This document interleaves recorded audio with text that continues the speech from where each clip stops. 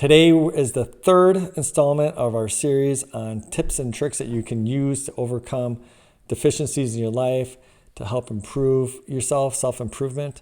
I've been relating my own personal experience. A year ago, I hit rock bottom in my life and I had to make a situation. And when I say rock bottom, I thought I've hit many rock bottoms in my life, but really this was the one.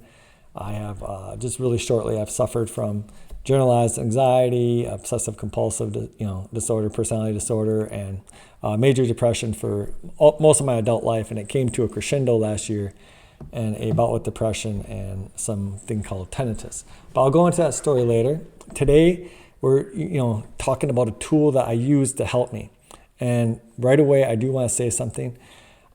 If you have any of the things I mentioned before, I'm not a doctor, so I do want to make a disclaimer. If you have a serious mental health issue, make sure that you're seeing a medical provider. This is not a substitute for that. This is just me sharing my story with you, and hopefully you can learn something from it, for yourself. So I went through two tools the last 2 days that helped me greatly. And the next tool I'm going to tell you about is really good for arresting your thoughts, okay? So when you have, obsessive compulsive disorder, you get locked in what's called brain lock, right? In fact, somebody wrote a book about that and they called it brain lock. And you just have this thought go around in your head like a record over and over and over again. And you'll just replay the same situation. What if I said this? What if I said that? Blah, blah, blah. What if I did this? And you'll just make up all this imaginary stuff, right? All this content. And you'll attach real world energy to it, real world emotional content to it, and it will exhaust you. And being exhausted by these thoughts in your head that don't mean anything means you have less energy for your family, friends, your community, and stuff like that. Less energy for yourself. So what we need to do is we have to recognize, how can we stop this, right? And today I'm going to give you another tool to do that. And the tool is a real simple one. It's called stop. And the S stands for stop, the T stands for take a breath, the O stands for observe, and the P stands for proceed. So now imagine that your thoughts all of a sudden just, go off and it's a runaway train into something, whatever. You're thinking about, I had a discussion with mom 25 years ago and I should have said this, right? And boom, you're off on the train, right? Your brain's off on the cycle, all the neurons on that pathway are just firing, right? What do? Well, we say out loud or we say in our head, stop. So I'm going to do it here. Stop. Then I take a breath. Hold it for a couple seconds, in what we call a clearing breath. Breathe it out slowly.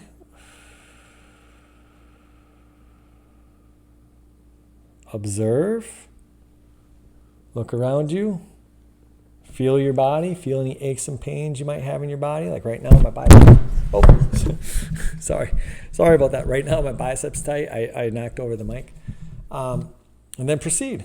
Go on with what you were doing before. And if that doesn't work, try it again. And you're going to find out that this will eventually help you to slow your thoughts down at least.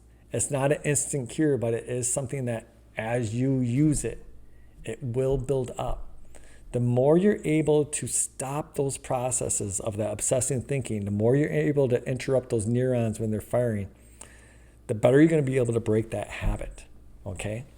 And I did want to share with you, I've been creating AI art through DALL-E. So here we have Hermes Trismegistus, Hermes thrice great, the greatest of greats. I asked DALL-E to put him in New York City, a busy place, because that's why I imagine my mind is like, it's always as busy as New York City, just running rampant with just silly stuff. And Hermes, who told us that the all is mind and as above, so below, is telling us stop and control your thoughts, right? It's kind of interesting. The next one is an Anubi. It's supposed to be in the waters of none, right? Holding the stop sign. And I like this one better because she is in the waters of none. He, she, they are in the waters of none.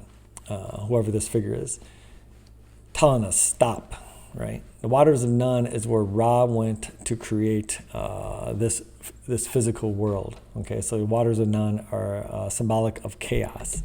So maybe one day we'll talk about that. So that is the procedure for today.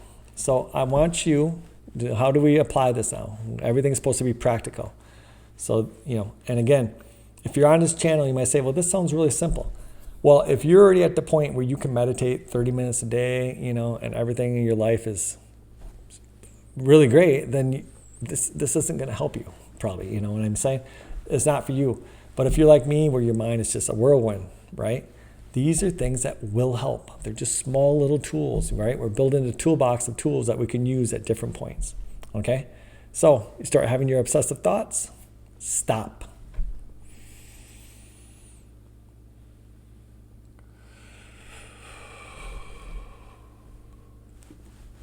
And proceed.